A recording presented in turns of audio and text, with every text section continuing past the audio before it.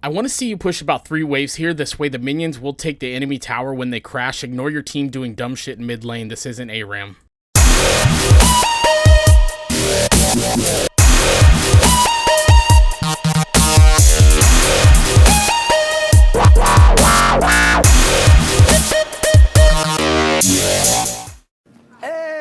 What's up, all you nerds and virgins? Hey everybody, welcome back. I am your coach, Kingmaker. Thank you for joining us. We're going through a lot of changes, so let me know what you guys think. I've cut the statistic portion out and changed the music, so hopefully you guys quit falling asleep on me.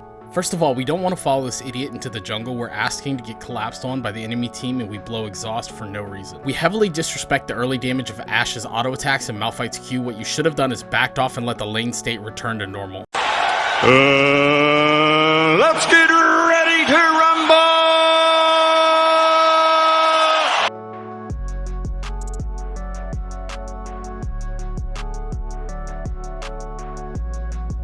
So we just got a massive, I mean massive win. What we need to do is push to tower and then recall with that major wave crashing into their turret. This is a nitpick, but it would have saved us time walking the lane. You either ignored Thresh's lantern or you don't know how to pick it up. If it's the latter of the two, then it's the same button you press to attack the minions. Due to her third skills passive, Tristana already pushes the wave. We don't need to push the wave further by auto attacking for no reason.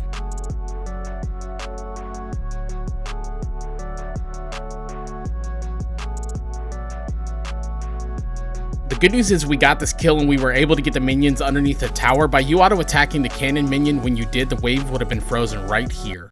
As soon as this minion dies, we need to recall. We're wasting our time when we could have been walking back to lane. I don't know if we were struggling buying items or lagging, but we spent an unacceptable amount of time in base. We cannot afford to waste a second in this game if we want to climb.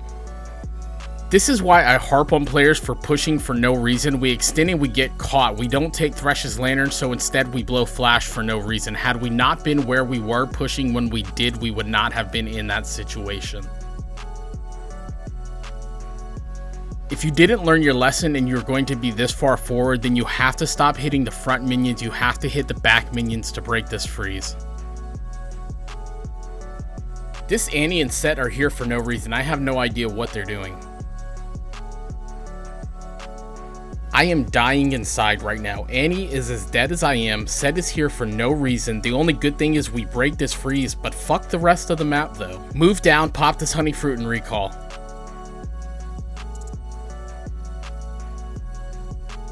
Good job on buffering the animation before he could taunt.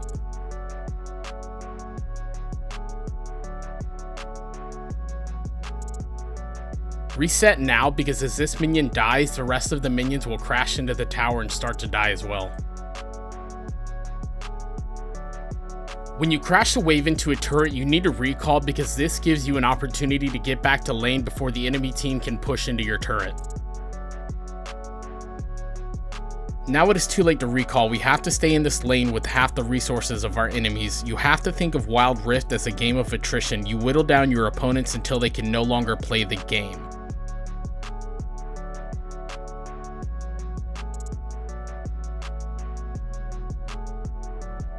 It's pretty important that we got the flash right there. Ashe is such an immobile champion that her not having flash before a team fight is a huge disadvantage. At this point, I'd like to see us start pinging and objective, and if not, rotate to mid and siege down mid turret.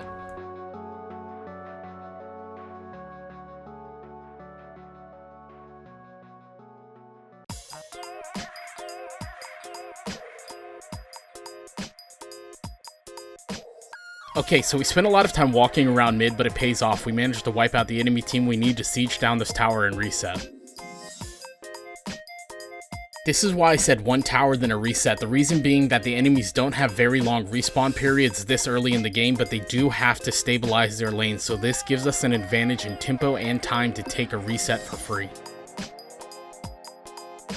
If I'm Tristana coming back onto the map, we're shoving out mid lane, then rotating bottom. I want to try to take their T2 turret before the next dragon spawns.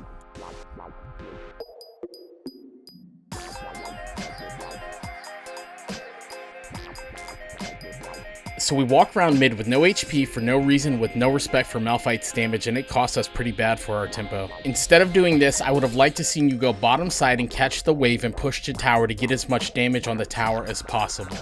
Because we failed to secure priority bot side, Sett has to clear the waves and we are forced out of position to be able to contest for this dragon. At this point, I would let Annie catch mid lane and we rotate to top lane to catch this wave that Zed is pushing in. Right now, we're dealing with pressure in 3 lanes and we need to relieve that pressure by pushing the waves back away from us. Most players don't know what macro play is, so they rotate mid and stay mid or find themselves coming back to mid. Let Annie stay mid because she keeps finding her way back, and then you go to top side and take all the nice solo farm and experience.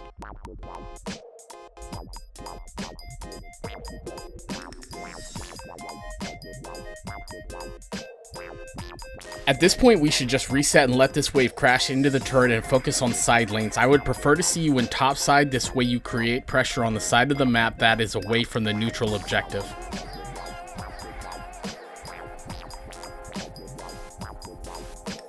I can't even. First, our teammates are brainless and dive the enemy tower and give up 2 kills. Now Vi engages 1v4 with our team 2 screens away. I don't know what she's thinking, but this is just dumb.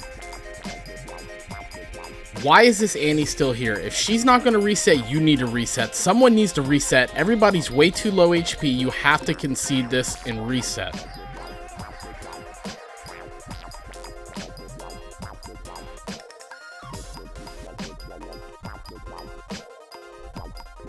At this point, I say keep pushing this lane at least 2 more ways. This way we can get a lane shoving in our favor and relieve some pressure on this side of the map. I would say go to dragon, but at this point we're so far behind we could not contest a dragon fight.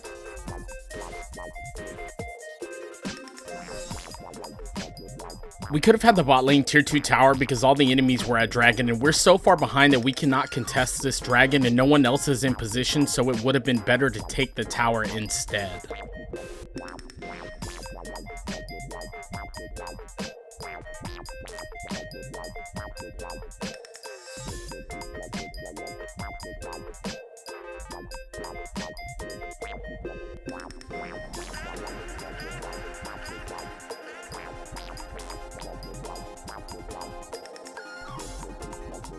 This was a great pick. We needed this badly. That put nearly 2k gold in our pocket from the shutdown, so we really need to look at going back and buying items.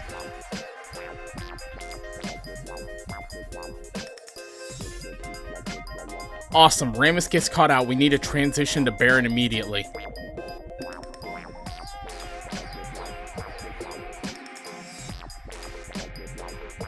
Unfortunately, we don't have Baron on us, but we are the only 2 alive. We need to make sure we keep minions away from this tower. That is our whole purpose right now. Farm, farm, farm.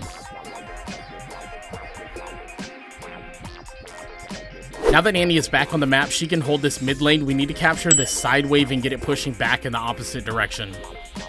A lot of teams, when they are this far behind, feel like they have to force a play to happen, and a lot of times the enemy team doesn't know how to close out the game either. That's why they stupidly push and end up throwing their lead. This is great for us. I want to see you push about 3 waves here. This way the minions will take the enemy tower when they crash. Ignore your team doing dumb shit in mid lane. This isn't ARAM.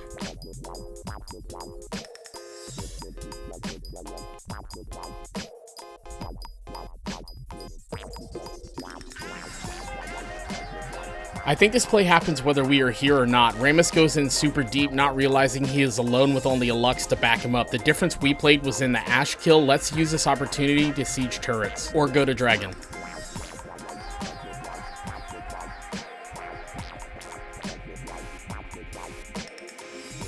Nice job. If I'm the enemy team, I am tilted at this point because we had such a definitive lead that we have thrown away. Let's reset, get pressure on top lane tower.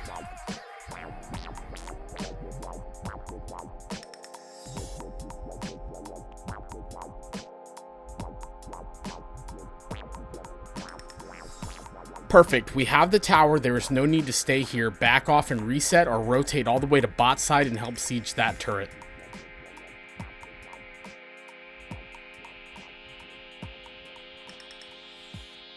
The reason I want you to siege bot lane turret is it creates a pincer effect that makes the enemies constantly have to rotate, and this gives us an opportunity to catch them out during that rotation.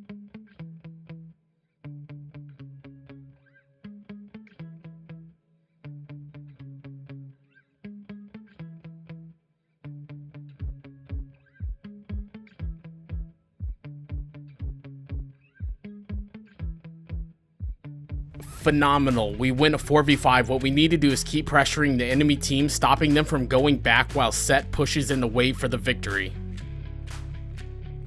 Hopefully you got some value out of this. If you're still here, comment stop the back. Speaking of value, if you did get some, please return the value back by hitting the like and subscribe button. It really helps small creators like me.